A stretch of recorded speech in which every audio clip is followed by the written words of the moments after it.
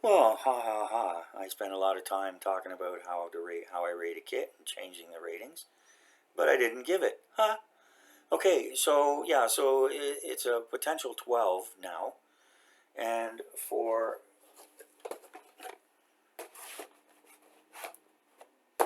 this kit, um, there's a little crease in the box. The exterior shipping was fine, everything was good. There's a little crease in the box. If I were a collector, I'd be upset with that, but I'm not. There was a little bit of what do you call it?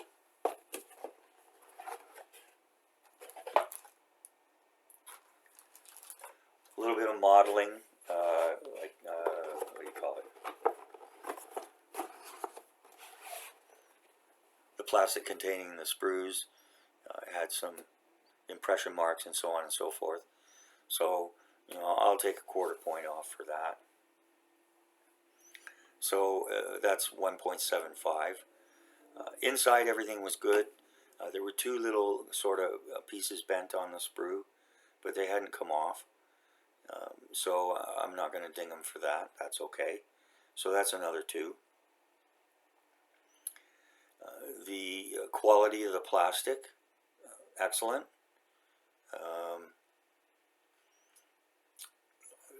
Very little flash. And as I said, no parts broken off, no parts missing. Everything seems to be there. Internal packaging was great. So yeah, that's a 3 with a quarter point bonus. Actually, no. I'm going to give him a half point bonus for the wow factor on this, both for the photo etch and the aluminum gun barrel, autocannon barrel. So that's 3.5. There you go. So we've got 5.5 plus 1.75, 6.25, 7.25, and instructions. They put the photo etch in, and so, well, yeah, I mean, they could have put in color for the painting scheme, so a quarter point off for that. So that's 2.75, and so putting it all together, and I'm going to give a full point for the value here. $50 photo etch, aluminum barrel, 3 figures, 2 vehicles. I don't see how it gets much better than that.